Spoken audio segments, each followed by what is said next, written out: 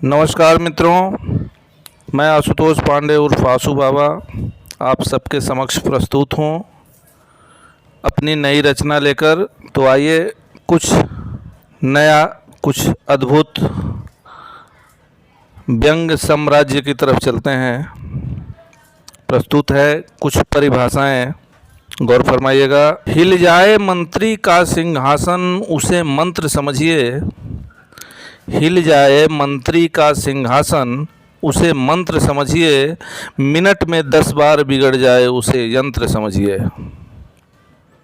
हिल जाए मंत्री का सिंहासन मंत्र उसे समझिए।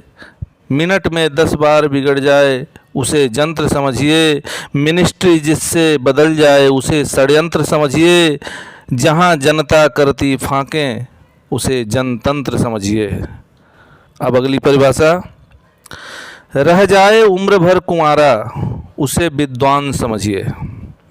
रह जाए उम्र भर कुंवारा उसे विद्वान समझिए। बना दे वायुयान उसे विज्ञान समझिए।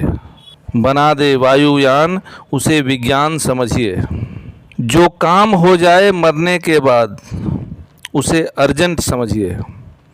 जो काम हो जाए मरने के बाद उसे अर्जेंट समझिए। सर्वे सर्वा हो मालिक घर का उसे सर्वेंट समझिए। जो काम हो जाए मरने के बाद उसे अर्जेंट समझिए। सर्वे सर्वा हो मालिक घर का उसे सर्वेंट समझिए। अगली परिभाषा। कटे वेतन से जो दुगना उसे रेंट समझिए। बड़ी परेशानी है। कटे वेतन से जो दुगना उसे रेंट समझिए। फटे जो बैठने पर उसे पैंट समझिए। कटे वेतन से जो दुगना उसे रेंट समझिए। फटे जो बैठने पर उसे पैंट समझिए। अब अंतिम परिभाषा। उड़ाता माल घर का उसे मेहमान समझिए। उड़ाता माल घर का उसे मेहमान समझिए। मिल जाए जूतों की माला उसे सम्मान समझिए। मिल जाए जूतों की माला उसे सम्मान समझिए। और जो एक कप चाय पर बदल जाए उसे ईमान समझिए। जो एक कप चाय पर बदल जाए उसे ईमान समझिए। धन्यवाद। मेरी कविता कैसी लगी ज़रूर बताइएगा। जय हो।